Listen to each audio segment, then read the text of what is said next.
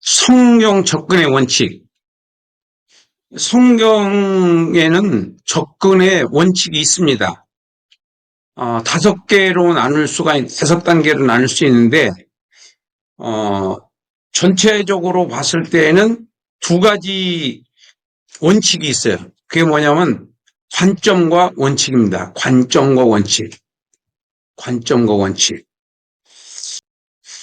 어, 관점과 원칙이라고 하는, 에, 어떤 관점에서 보냐. 첫째가 1단계가 본문 읽기예요. 본문 읽기. 본문이라는 말은 성경의 범위를 말하는데, 성경을 어떻게 읽느냐? 주제별로 읽어라, 객관하여 읽어라. 주제별로 읽어라, 객관하여 읽어라. 이게 이제 1단계입니다. 근데 성경 읽기가 성경 접근의 원칙에서 1단계다 이거지. 그 2단계가 뭐냐? 2단계는 주제, 내용의 핵심을 찾는 겁니다. 내용의 핵심. 그 내용의 핵심을 어떻게 찾냐?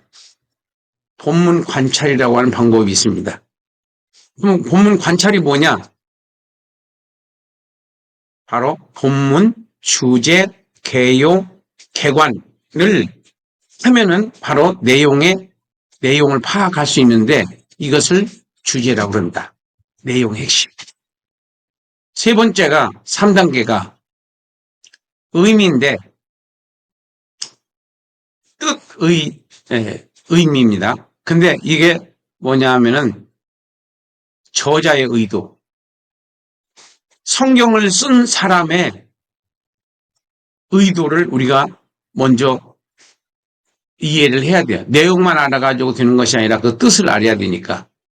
그걸 보고 우리가 신학적 해석이라고 그래요. 그 신학적 해석을 정의하시오. 이렇게 말한다면은 과거, 역사, 사실 확인. 과거, 사실, 과거, 역사, 사실 확인하는 단계를 우리는 신학적 해석이라고 한다. 그 신학적 해석이 뭐냐?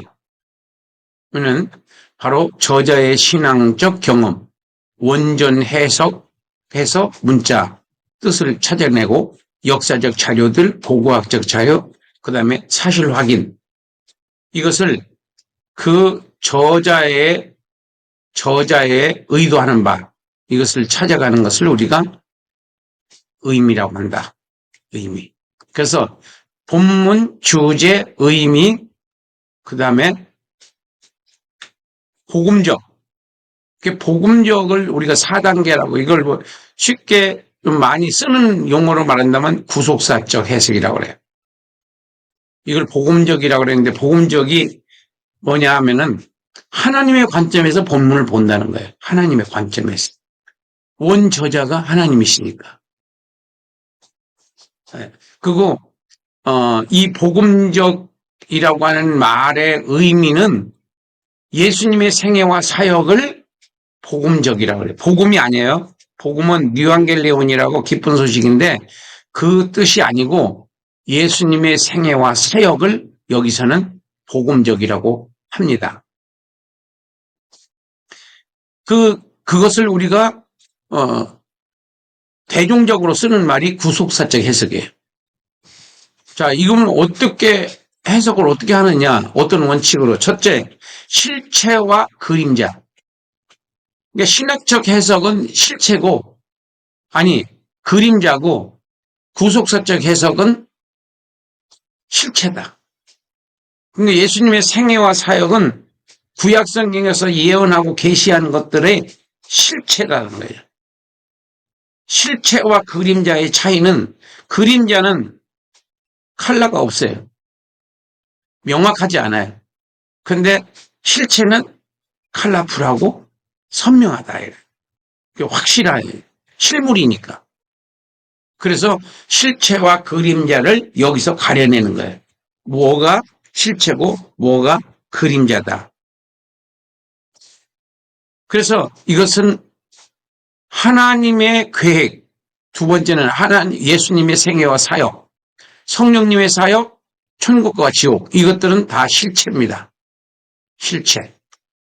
이렇게 이 관점에서 보는 것을 우리가 구속사적 해석이라고 하고, 또 하나님의 관점으로 본다. 원저자의 관점으로 본다. 그렇게 말할 수 있습니다. 다섯 번째는 5단계인데 이건 교훈인데, 주님, 이 본문에서 예수님께서 뭐를 요구하시는가, 뭘 하지 말라고 그러고 뭘 하라고 그러시는가, 이것을 바로 복음적이라고 그래요. 복음적 적용. 그러니까 적용을 어디다 할 것이냐, 예수님의 생애와 사역에다 적용하라는 거예요. 실체에다 적용하라는 거예요. 모세가 어떻고 아브라함이 어떻고 다윗이 어떻고, 이것은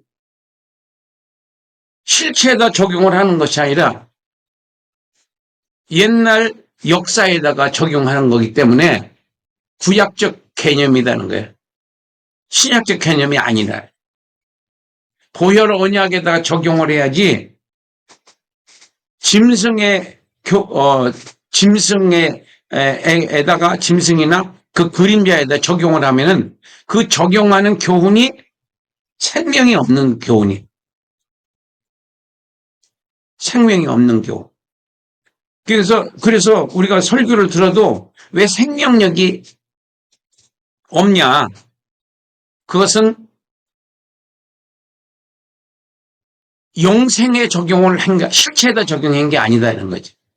실체에다 적용을 해야지 생동감이 있는 거고 생명력이 있어서 사람을 살리는 역사가 일어난다. 그래서 실체가 뭐냐 하면 적용의 기준은 영원한 생명, 하나님의 사랑, 전도와 선교, 그리고 성화, 자라나는 것, 성장하는 것. 여기에 이제 면류관도 들어가 있는 거예요, 이 안에. 그래서 우리가 실생활에다 적용을 해. 실생활이 뭐냐? 실생활은 성경적으로 봤을 때 영적 전쟁입니다. 전쟁. 그 전쟁을 하면서 전쟁인지 모르고 전쟁을 하면 그거는 백전백패죠. 왜? 전쟁을 하는 사람이 지금 전쟁 중인데 전쟁인지 모르고 다니다가 죽는 거죠. 그게 뭐냐? 생활은 열매를 맺을 수도 있고 악의 열매를 맺을 수도 있고 또 의의 열매도 맺을 수 있는 거예요. 생활에서. 다 생활에서 결정되어지는 거지, 무슨 우리가 교회 안에서 한다고 해서 그게 하나님께서 인정하고 교회 바깥에는 인정하지 않고, 그게 아니다 이거지. 생활이 영적 전쟁이다. 그래서 66권을 66가지의 주제별로 이렇게 적용을 했어요. 이번에 66권 서경에는 그런 면에서 반드시 한번 들어볼 필요가 있습니다. 66가지의 예수님의 모습, 66가지의 주제, 66가지의 신학적 의미, 66가지의 교훈, 66가지의 예수님의 마음, 하나님의 계획. 이게 66가지 한 권 한 권마다 다 다른 하나님의 뜻이 담겨져 있기 때문에 우리가 66권을 전체적으로 한번 들어볼 필요가 있다. 그래서 여기서 성경 접근의 원칙이라고 하는 이 개념이 이거 내 실력으로는 이렇게 만들어낼 수 없습니다. 솔직히 얘기해서. 하나님께서 저한테 깨닫게 해주시고 수없이 많은 반복을 통해서 걸러져서 여기까지 더 수정할 수도 있겠죠. 그렇지만 현재까지 수천 번을 다듬어서 여기까지 온 거기 때문에 그나마 좀 하나님께서 저에게 인내심을 갖고 이것을 저를 통해서 만들었다고 생각합니다. 하나님께서 하신 거지 제가 한 건 아닙니다. 그것을 분명히 할 필요가 있고, 그 다음에 이 성경 접근의 원칙이라고 하는 것은 크게 몇 가지로 뭘로 두 가지 개념화했다. 두 가지. 그게 뭐냐면 관점. 어떤 관점에서 볼 거냐? 어떤 원칙으로 볼 거냐? 이렇게 두 가지 관점, 다섯 가지 관점, 다섯 가지 원칙이라고 하는 본문 주제, 의미, 복음적 교훈이라고 하는 다섯 가지의 관점에서 각각 다릅니다. 그 어떤 관점에서 보느냐에 따라서. 왜 주제를 얘기하고 있는데 의미로 알아들으면 안 되고, 의미를 말하고 있는데 복음적으로 알아들어도 안 되고, 구속사로 얘기를 하고 있는데 신학적으로 들으면 안 되잖아요. 코드가 안 맞는 거죠.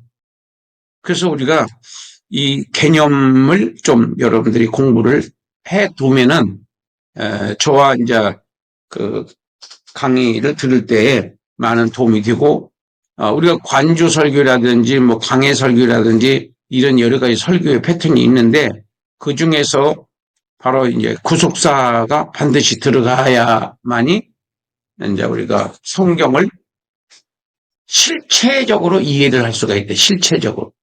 하나님의 뜻이 뭔지를 우리가 알 수 있다. 신학은 한계가 있습니다. 그 학문은 한계가 있어요. 해보니까 그래요. 더 신학적으로는 절대로 풀 수 없는 것들이 구속사적으로 해석을 하니까 이해가 되는 거예요. 그게 이 유대인들이 왜 예수님을 죽였느냐? 구속사적으로 보지 않았던 거예요. 구속사적으로 안 보면은 예수님은 죽어 마땅하죠. 왜냐하면 자기가 하나님이라고 그러니까 자기를. 우리가 누가 하나님이라고 하면 우리가 받아들이겠습니까? 지금? 마찬가지로 그 당시에는 예수님을 살려둘 수가 없었습니다. 진짜 하나님인데 하나님이 사람의 몸을 입고 이 땅에 오셨는데 그게 구약의 개념을 구속사적으로 보지 않았기 때문에 이해가 안 되는 거죠. 그러니까 하나님을 망령되이 일컫는 거잖아요. 그러니까 죽여야 된다 이렇게 생각을 한 거죠. 그래서 우리가 구약을 그 갈라디아서 고린도후서에서 사도 바울이 그러잖아요. 구약을 읽을 때에 모세의 수건을 벗으라고. 아직도 수건을 가린 상태에서 구약을 읽으면은 여전히 예수님은 안 보이는 거예요. 그 수건을 벗으면은 새 언약으로, 보혈 언약으로 접근이 되면은 예수님이 하나님이시구나. 이걸 우리가 알 수가 있는 겁니다. 오늘 여러분들하고 같이 성경 접근의 원칙에 대해서 좀 알아봤습니다. 성경을 알아야 예수님을 잘 알 수 있고, 예수님을 아는 것으로 끝나는 것이 아니라 이제는 믿어져야 하는 거예요. 아는 것은 지식이고 믿어지는 것은 영역이다. 믿음은 실력에서 나오는 것이 아니라 믿음에서, 기도에서 나온다.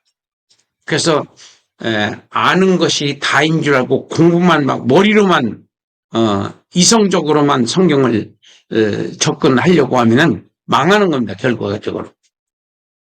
말씀을 하나님의 말씀으로 믿어져야 되는 겁니다. 여러분 믿으려고 해서 믿는 것이 아니라 믿어져야지 내가 행동이 나오는 거야. 내가 왜 행동이 안 나오냐? 안 믿으니까 행동이 안 나오는 거야. 알기는 알아. 아는 것은 정보예요. 정보력. 정보가 많고 똑똑하다고 해서 믿어지는 게 아니에요. 믿음의 영역은 성령으로 나오는 겁니다. 믿음이 은사라고 그랬잖아요. 은사는 성령님이 나눠주시는 선물입니다.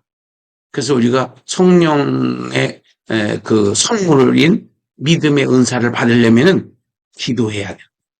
기도 외에는 다른 방법으로는 해결되지 않습니다. 믿어지지 않아요.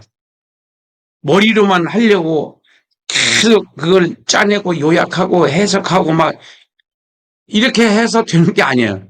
그것은 우리가 정보를 좀 더 집약해서 요약해서 내가 설명하기 쉽게 하는 것 뿐이고, 그것은 실력이고, 그런 걸 잘하는 사람도 있고 못하는 사람도 있겠지만 그건 실력인데, 실력으로 말씀을 전해서는 안 됩니다. 능력으로 전해야 돼. 성령이 역사해야 돼. 성령이 사람들의 마음을 만져줬을 때 감동이 되고 역사가 일어난다. 그래서 오늘도 여러분들 앞으로 한평생 동안 믿음이, 실력도 있어야 되지만은 실력보다 더 중요한 것은 믿음이다. 능력이다. 능력 있는 종으로 거듭나시기를 바랍니다. 감사합니다.